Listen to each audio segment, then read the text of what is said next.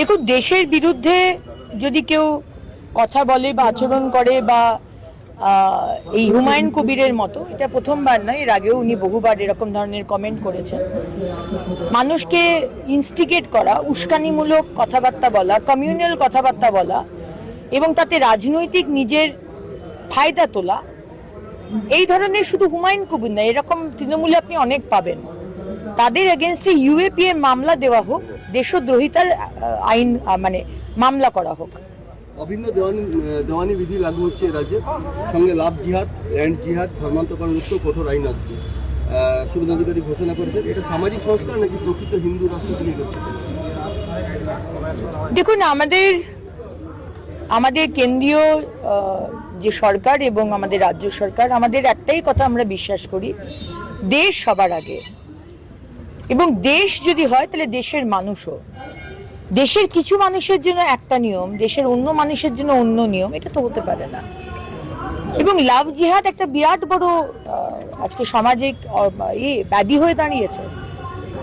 আজকে যেভাবে লাভ জিহাদে হিন্দু মেয়েদেরকে এজেন্ডা নিয়ে, ভালোবাসা থাকতেই পারে, কিন্তু হিন্দু মহিলাদেরকে, মেয়েদেরকে মিথ্যা প্রেমে ফাঁসিয়ে তাকে বিয়ে করে, তাকে প্রেগনেন্ট করে ধর্মান্তকরণ করা, এগুলো তো হতে পারে না।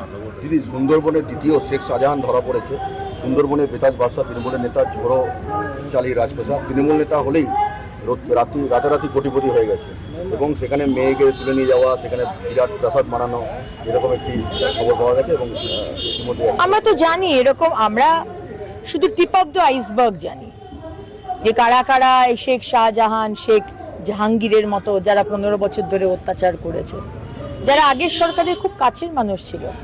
কিন্তু আরো অনেক শেখ শাহজাহান, শেখ জাহাঙ্গীর বা এই ধরনের ব্যক্তি আছে। কিন্তু দেখুন, 15 বছর আগে আমরা এটা বলতে পারতাম না, ভাবতেও পারতাম না যে তাকে অ্যারেস্ট করা হবে, শাস্তি হবে। আজকে হবে, কারণ আমাদের মুখ্যমন্ত্রী শুভেন্দু অধিকারী। তাই আপনি যে ধর্মের মানুষ হন, আপনি হিন্দু হতে পারেন, মুসলিম হতে পারেন, যে ধর্মের হতে পারেন, কিন্তু মানুষকে অত্যাচার করে, মহিলাকে অত্যাচার করে, চুরি করে, দুর্নীতি করে রাজপ্রাসাদের মতো বাড়ি তৈরি করা, তার শাস্তি আপনাকে পেতেই হবে। তামান্নার ঘটনা আবার গ্রেপ্তার দুই, মুখ্যমন্ত্রী বলার পর এই নিয়ে মোট 12 জন গ্রেপ্তার হলো। পুলিশ কাজ করছিল, আগের সরকার যেভাবে তাদের কাজ করিয়েছে। মমতা ব্যানার্জি এবং তার সরকার মুসলমানদের ভোট পাওয়ার জন্য তাদেরকে ব্যবহার করে গেছে। এই জন্যই তো বারবার বলেছিলাম, মুসলমান ভাই বোনেরা বোকা বনবেন না। মুসলমান ছোট্ট মেয়েটি তামান্নাকে আজকে তৃণমূল উৎসব করার জন্য বোম ফাটিয়ে উৎসব মানিয়ে মেয়েটিকে মেরে দিল, তো বিচার পেল না। সেদিনকে মাননীয় মুখ্যমন্ত্রীর সাথে দেখা করতে এসেছিলেন এই তামান্নার মা, সঙ্গে সঙ্গে অ্যাকশন, খাতা খোলা হয়েছে, জাস্টিসে হবে। 15টি মামলায় চক্রবৃদ্ধি রয়েছে, 15টি মামলা এই তারাতলা ঘটনার পর মোট 15টি মামলা চক্রবৃদ্ধি রয়েছে অভিষেক। তাহলে কি মহাভারত অভিমন্যু চক্রবৃদ্ধি বিষয় হবে? দেখুন, আমি অভিষেক ব্যানার্জিকে অভিমন্যু বলে আমি অভিমন্যুকে অপমান করতে চাই না। অভিষেক ব্যানার্জি যা ক্রাইম করেছে, যা অন্যায় করেছে, সে তো বিচার হবে।